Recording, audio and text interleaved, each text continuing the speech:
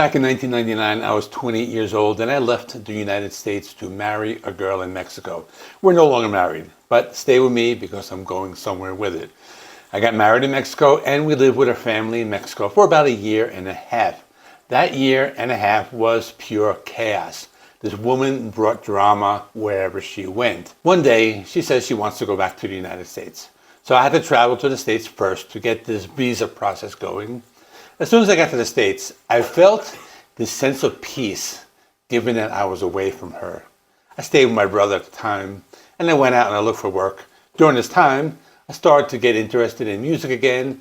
That was when I discovered Linkin Park. I connected with the songs and the lyrics, and I think a lot of people my age or even younger did at the time, because here's the truth. When Hybrid Theory came out in October of 2000, nobody could have predicted how big it would have become. Linkin Park's debut album didn't just sell millions, it defined a generation.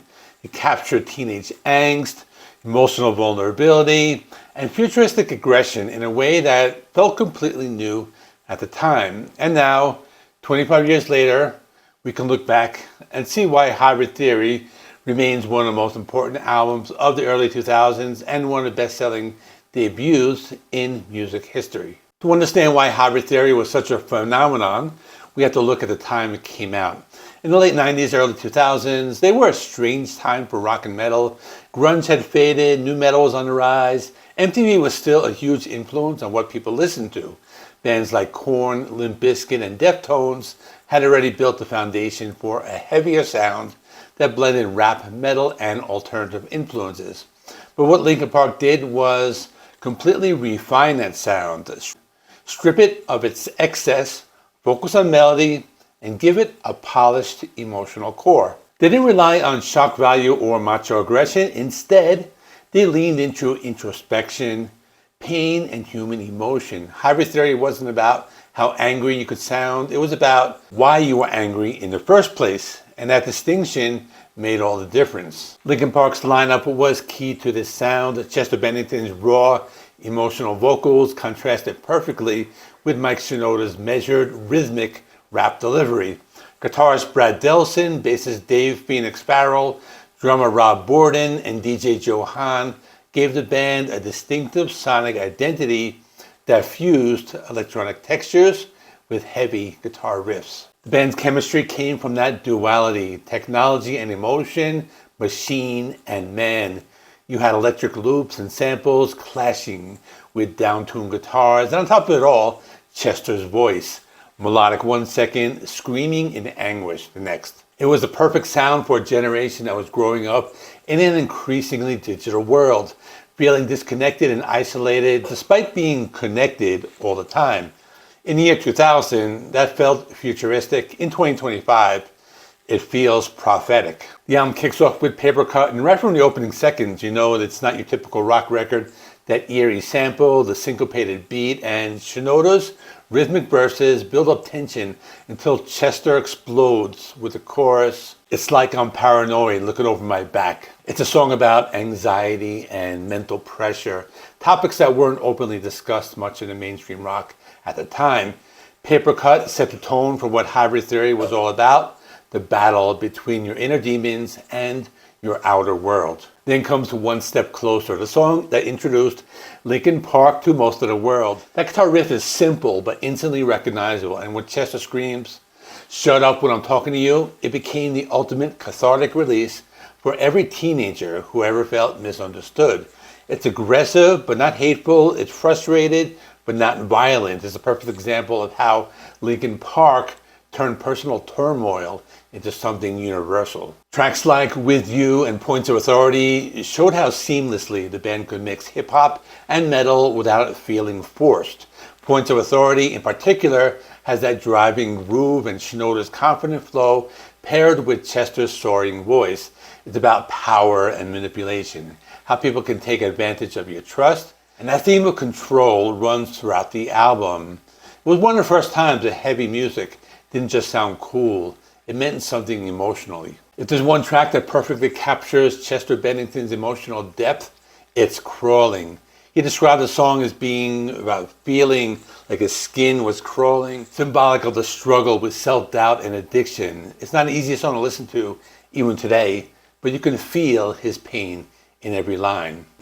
That chorus, crawling in my skin, these wounds, they will not heal, is hauntingly beautiful in its honesty. At a time when most bands hid behind tough personas, Linkin Park dared to be vulnerable. And that vulnerability connected with millions of people who were silently going through their own struggles. Runaway and By Myself continue the album's themes of eternal conflict, wanting to escape, break free, and figure out who you are in a world that constantly tries to define you. They're not as iconic as the singles, but they contribute to the emotional arc of the album. The songs gave the record continuity. And then there's In the End, the song that became the anthem, not just for Linkin Park, but for an entire era of music. That piano riff is one of the most instantly recognizable intros in rock history, and lyrically, it captures the essence of frustration and futility. I tried so hard and got so far, but in the end, it doesn't even matter. It's the ultimate statement of hopeless effort, trying your best and still feeling like it wasn't enough. But ironically, that song became their biggest success, proving that the very act of expressing that struggle resonated deeply with people everywhere. In the end, charted worldwide, got massive MTV rotation, and pushed Hybrid Theory into the mainstream in a way few debut albums ever have. Deeper cuts like A Place for My Head show the raw intensity that defined early Linkin Park. It's one of the heavier tracks, with Chester's scream hitting full force and Shinoda delivering some of his most aggressive verses. It's about betrayal and disappointment, the feeling of giving everything and getting nothing in return. Meanwhile, Forgotten is one of the most underrated songs in the album. The vocal interplay between Shinoda and Chester is seamless, almost hypnotic. It shows how tight the songwriting partnership had become, even early in their career. The album closes with Pushing Me Away, a track that perfectly summarizes the emotional journey of Hybrid Theory. It's reflective, melodic, and heartfelt. After all the chaos and intensity, the song feels like acceptance, a moment of clarity after the storm, which is how I feel when I went back to the US after leaving Mexico and being separated from my wife. So why did Hybrid Theory become so huge? Why did it sell over 30 million copies and remain one of the top-selling albums of the 2000s? The answer is simple: authenticity. Every song feels real. Every lyric feels lived in. Linkin Park spoke to people who didn't have a voice, who felt lost or misunderstood. Their music crossed boundaries. Metalheads loved the riffs, hip-hop fans appreciated Shinoda's flow, and pop listeners connected to the melodies. They made music that was heavy but accessible, emotional but universal. And let's not forget the production. Don Gilmore's clean, punchy sound combined with Andy Wallace's mixing gave Hybrid Theory a level of polish that made it radio-friendly without diluting its edge. Hybrid Theory didn't just sell, it changed music. It redefined what rock could sound like in the 21st century. You could hear its influence in everything from Bring Me the Horizon to 21 Pilots, but maybe more importantly, it made it okay to talk about things like anxiety, depression, and self-doubt in rock music. That honesty helped normalize mental health discussions long before it became mainstream to do so. And of course, Chester Bennington's legacy looms large over all this. His voice, his vulnerability, and his authenticity continue to inspire new generations of fans who find comfort in his words. 25 years later, songs like Crawling, In the End, and Papercut still resonate because those feelings never truly go away. So when we look back 25 years later, we're not just remembering a moment in music history, we're remembering a generation that found itself through sound. Linkin Park's Hybrid Theory wasn't just big, it was real, and that's why it still matters today.